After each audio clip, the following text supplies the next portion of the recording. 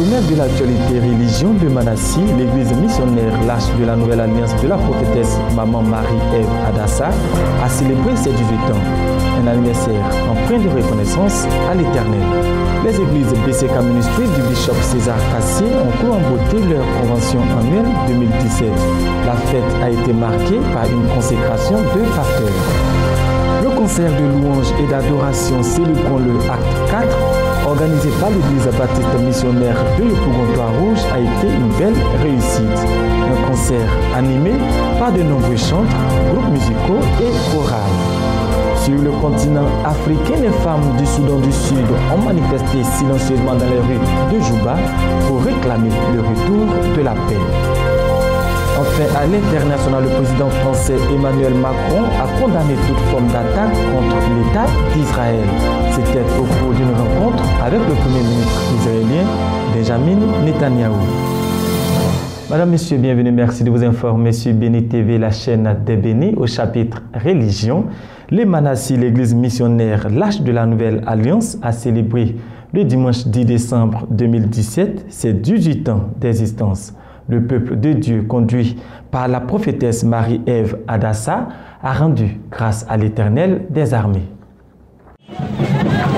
Dimanche 10 décembre 2017, jour spécial pour l'église missionnaire l'Arche de la Nouvelle Alliance. À travers la rue d'Abidjan, Gonzagueville, les chrétiens de l'Emanassi ont exprimé leur joie et leur reconnaissance à Dieu pour entamer la journée de célébration des 18 ans de leur église.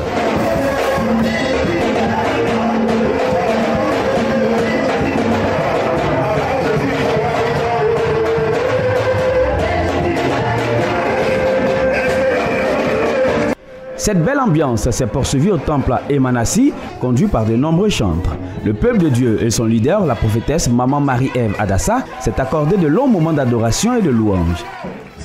L'église missionnaire l'Arche de la Nouvelle Alliance est l'une des toutes premières églises à s'être installée à Gonzagueville, alors que ce quartier était encore dominé par des prêtres vaudous. 18 ans après, il y a donc de quoi à rendre gloire à Dieu. Il faut dire que 18 ans, ce n'est pas vraiment 18 mois, 18 jours. C'est 18 ans d'expérience, 18 ans de bataille, 18 ans de travail. Et ces 18 ans-là, vraiment, nous sommes très émus de voir des honorables, des frères, des sœurs se joindre à nous afin de donner la gloire au Seigneur. Vraiment, que Dieu continue de travailler avec notre corporation, notre église. Que Dieu continue de bénir sa servante. Entre réticence et rejet de sa famille catholique, l'adversité farouche des prêtres vaudous et la marginalisation de certains serviteurs de Dieu, la marche a été difficile pour la prophétesse Marie-Ève Adassa. La visionnaire fondatrice de l'Emanassi, la prophétesse, s'est comptée sur un Dieu puissant et fidèle. Ce 18e anniversaire représente pour moi un pas dans la maturité, un grand pas vers de grandes responsabilités. Quand Dieu t'a vraiment appelé, ne crains point. La Bible déclare que ce n'est pas celui qui se proclame qui est élu de Dieu, mais c'est lui que Dieu lui-même proclame. Donc je rends gloire à Dieu, je bénis son nom, je le loue, je l'exalte, qu'il continue de m'utiliser. La prophétesse Marie-Ève Adassa a en outre invité le peuple de l'Emanassi à être une église mature qui étend le royaume de Dieu. Les hommes de Dieu invités à cette fête anniversaire lui ont emboîté le pas, enseignant les secrets d'une vie chrétienne prospère et agréée par Dieu. 18 ans après sa création, l'église missionnaire l'Arche de la Nouvelle Alliance est implantée dans plusieurs villes de la Côte d'Ivoire et en Europe.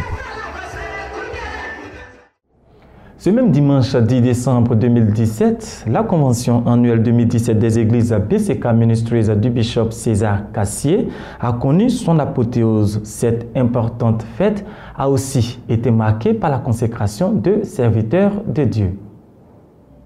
La convention des églises BCK Ministries, dirigée par le bishop César Cassier, édition 2017, a refermé ses portes ce dimanche 10 décembre 2017 à son siège 6 dans la commune de Cocody-Rivera. Un très grand rassemblement annuel très important pour toutes ces églises BCK Ministries venues de toutes les contrées pour s'abreuver à la source de la parole avec pour thème général « J'ai vu sa fidélité ». Pour l'apothéose ce dimanche, le sous-thème exploité était « Ne lave pas encore ton filet ». Après ces moments de louange pour célébrer le Tout-Puissant, le bishop César Cassier, président fondateur de BCK Ministries, a donné un message très fort venu à point nommé pour booster la foi des fidèles. La Bible dit séparons-nous de la terre. Les choses que tes amis font n'est pas pour toi. Parce que tu es sur la terre comme eux, mais vous n'avez pas le même terminus. Souvent, il y a des choses que tu avais l'habitude de réussir. Les choses auxquelles tu es appelé à réussir. Mais à cause d'une mauvaise amitié, d'une mauvaise connexion, d'une mauvaise fréquentation, tu perds la gloire de Dieu sur ta vie. Je sais que ce n'est pas facile de regarder quelqu'un avec qui tu es ami depuis 12 et depuis 10 séparations. C'est pourquoi Dieu m'a mandaté pour prophétiser que l'ange de Dieu vous sépare.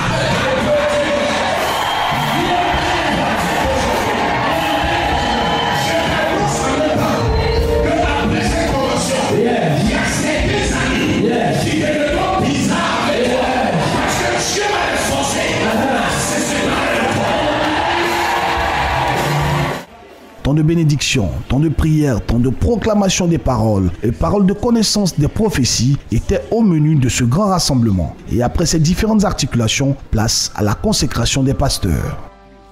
En ma qualité d'évêque, je te consacre dans le ministère de prophète.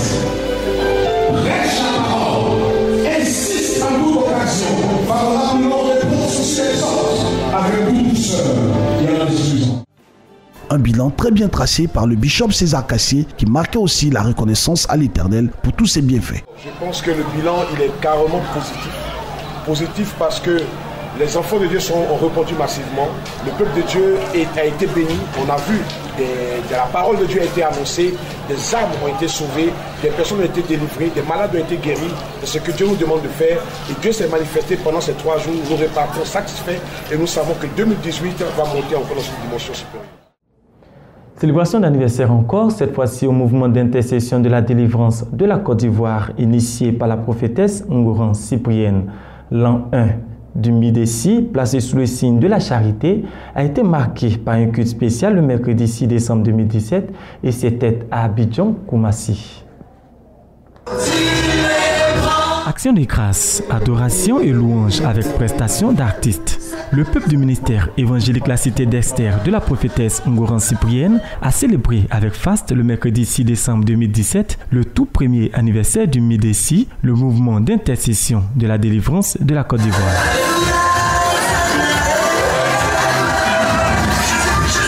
Orateur spécial de ce premier anniversaire du Midessi, l'apôtre Ola a rappelé l'importance pour le chrétien de soutenir les pauvres, les veuves et les orphelins.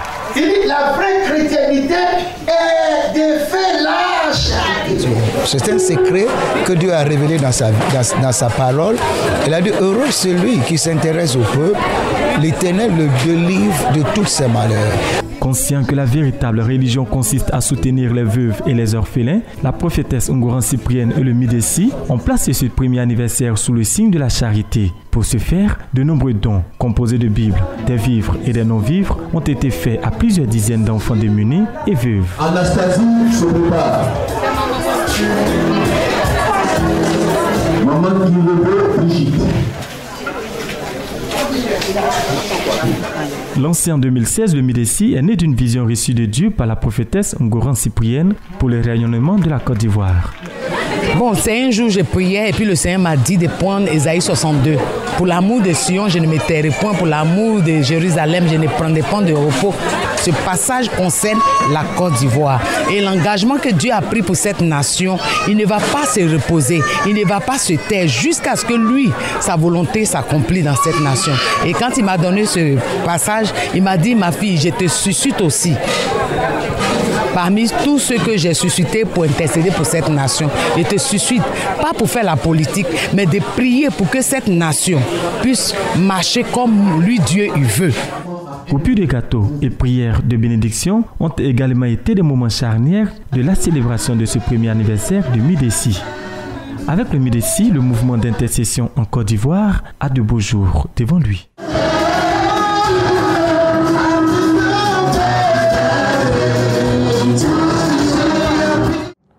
Comme annoncé annoncé dans les titres, célébrons le acte 4, l'édition 2017 du concert de louange et d'adoration organisé par l'église baptiste missionnaire de Yopougon-Trois-Rouges a tenu toutes ses promesses le samedi 3 décembre dernier. Plusieurs chantres et groupes musicaux ainsi que des chorales ont animé ce moment rare de célébration.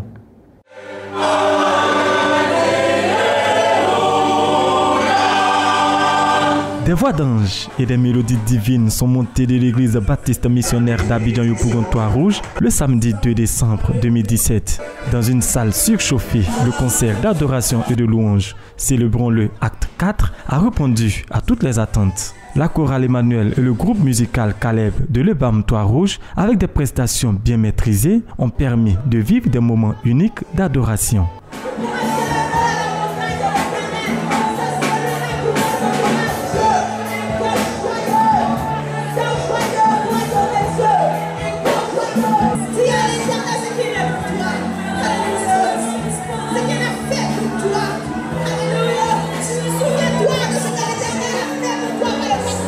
Les nombreux artistes invités ont ensuite entraîné le peuple dans une sorte de bal poussière, tant personne n'a pu se retenir de danser à la gloire de Dieu.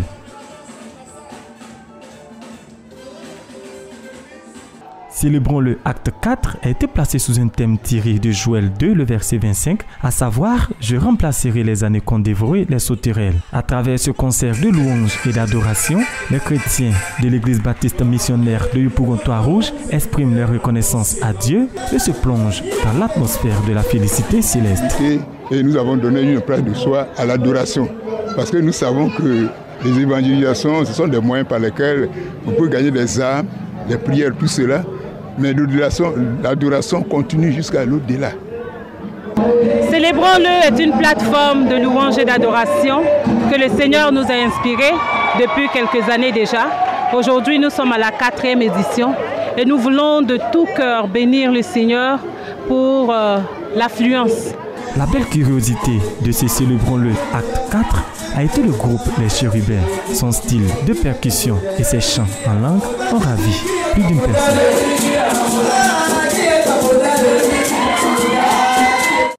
Dans l'actualité générale en Côte d'Ivoire, nous allons reparler du SARA, le Salon de l'agriculture et des ressources animales d'Abidjan. Les sociétés et entreprises présentes à ce rendez-vous se sont penchées sur la protection de l'environnement à l'effet de participer à la lutte contre le réchauffement climatique. Plus de détails dans cet élément.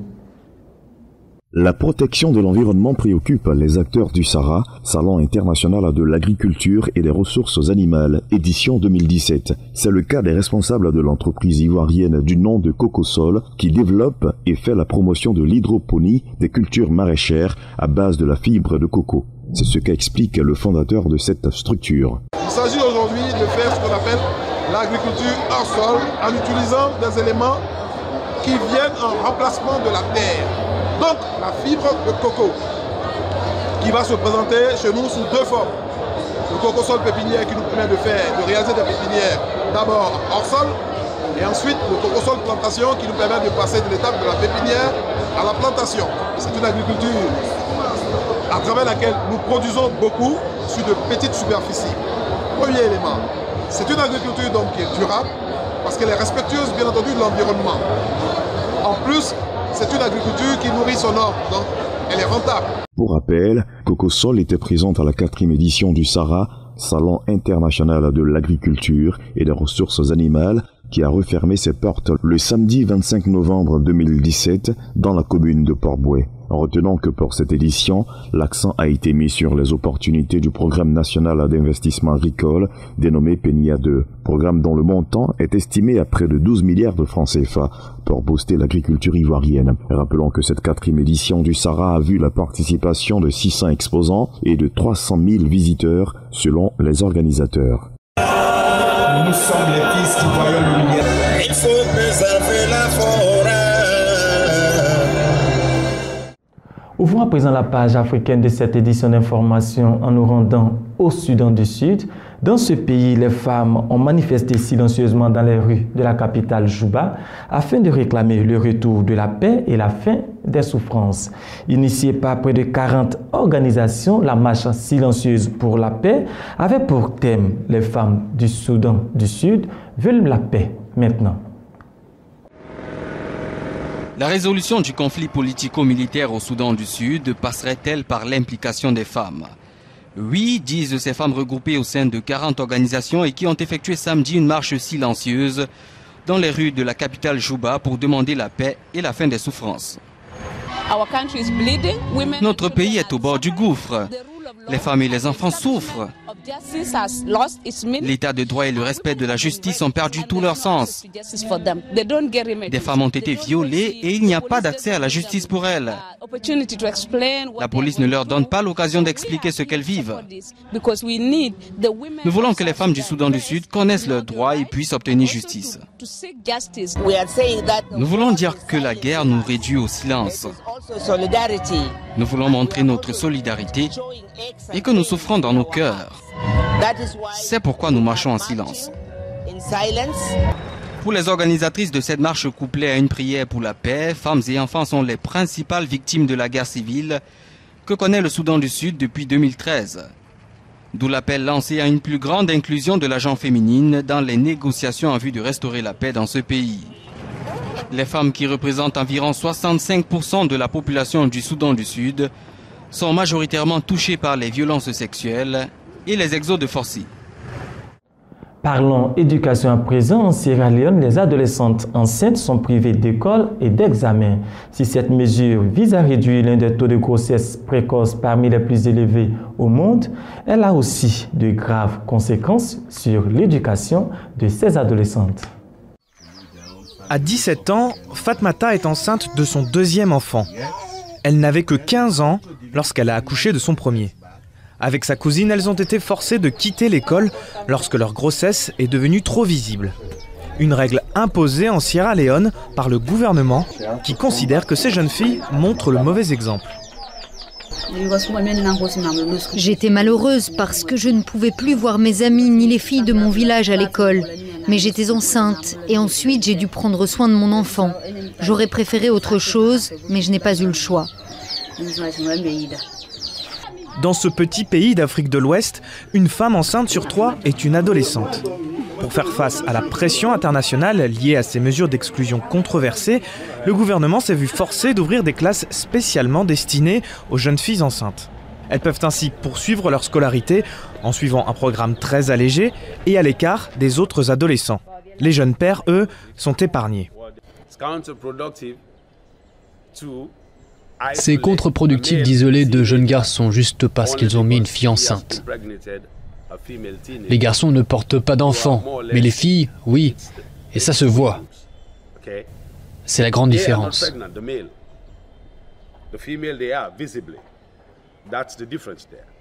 Le gouvernement affirme que cette initiative est un succès.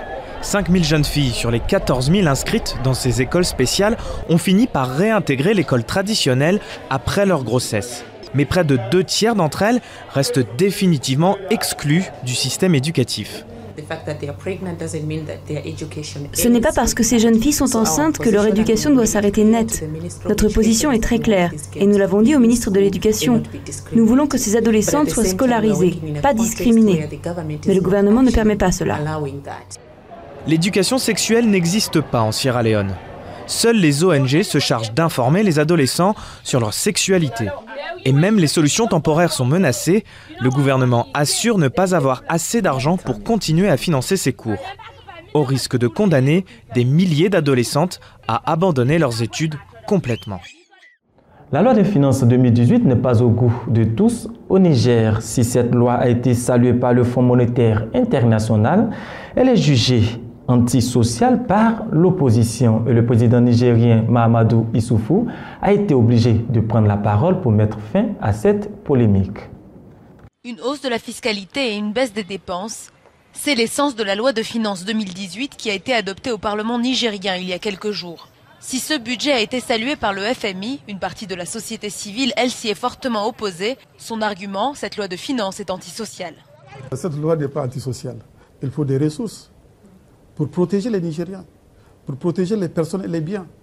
On va consacrer 17% des ressources de ce budget à la sécurité des Nigériens.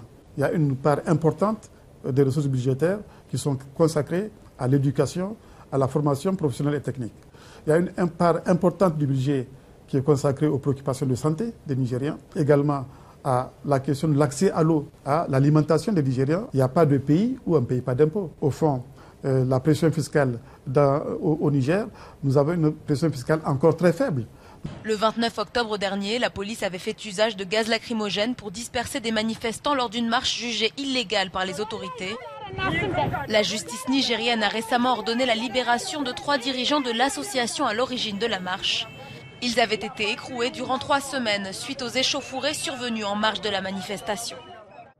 Économie toujours au Burkina Faso. Après quelques années d'embellie, les producteurs de coton déchantent.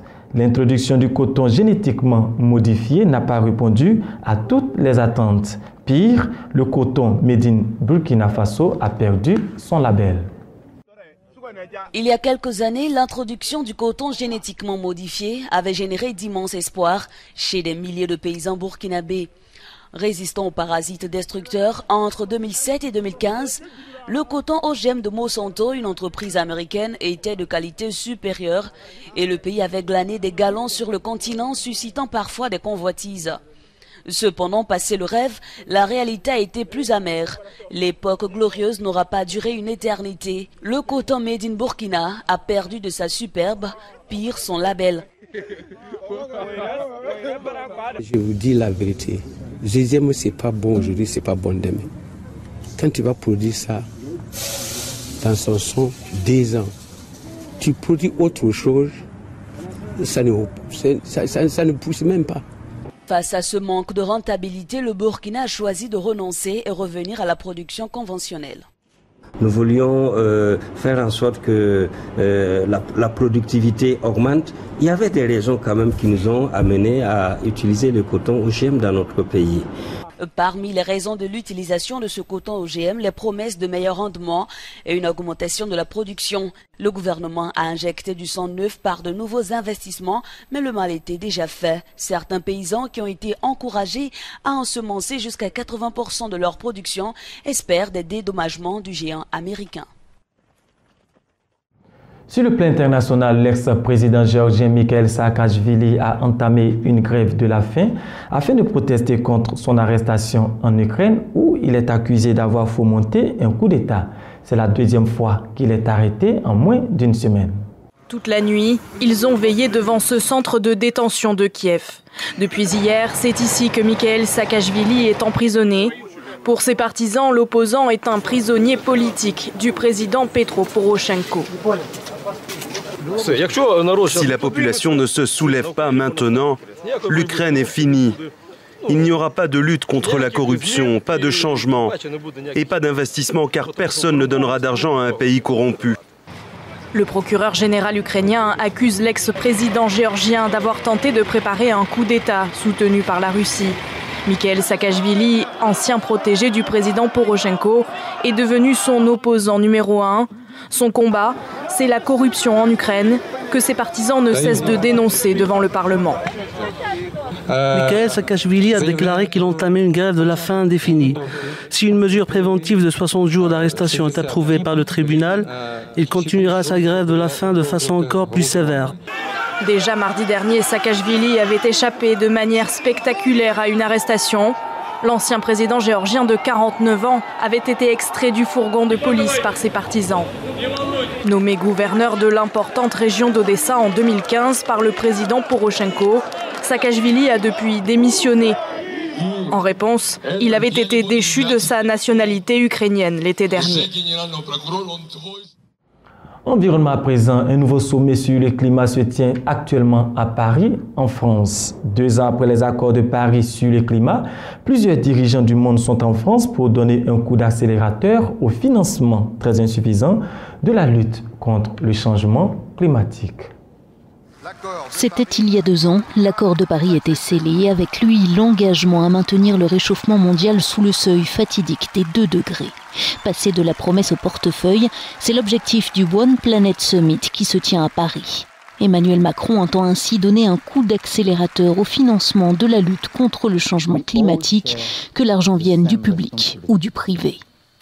Parmi les outils mis en avant, les fameuses obligations vertes qui ont fait leur apparition sur les marchés.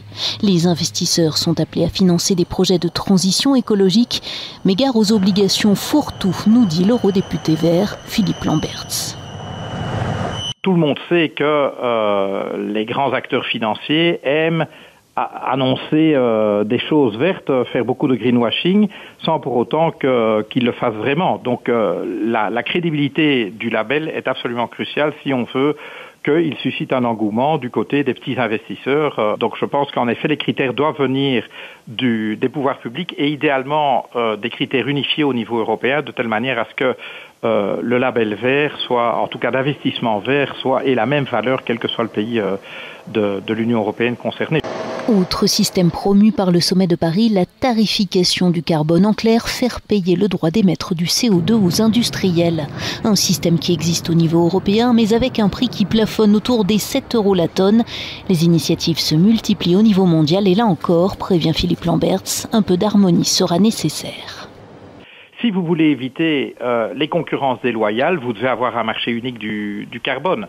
Donc aujourd'hui, c'est vrai que la Chine expérimente, à certains endroits des États-Unis on expérimente, mais évidemment le risque auquel les pouvoirs publics s'exposent lorsqu'ils le font de manière régionale voire sous-régionale, c'est évidemment s'exposer au chantage, à la délocalisation de la part des entreprises. Ce que moi j'entends en tout cas des gestionnaires de fonds d'investissement et des directeurs financiers, c'est qu'un prix situé à partir de 35-40 € la tonne commence à être incitatif. Et puis après ça, tout dépend de la vitesse à laquelle on veut pousser la transition écologique. Nous restons avec le président français Emmanuel Macron qui a échangé récemment avec le premier ministre israélien Benjamin Netanyahou. Emmanuel Macron a appelé à des gestes courageux pour la paix tout en condamnant toute forme d'attaque contre l'État d'Israël. La rencontre entre les 2 dirigeants est intervenue dans un contexte explosif autour du statut de Jérusalem.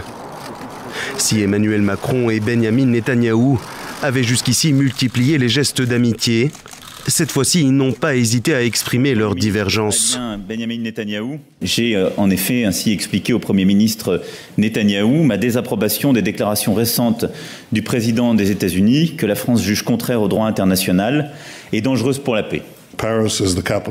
Paris est la capitale de la France. Jérusalem est la capitale d'Israël. Et c'est le cas depuis 3000 ans. Jérusalem n'a jamais été la capitale d'aucun autre peuple. La France.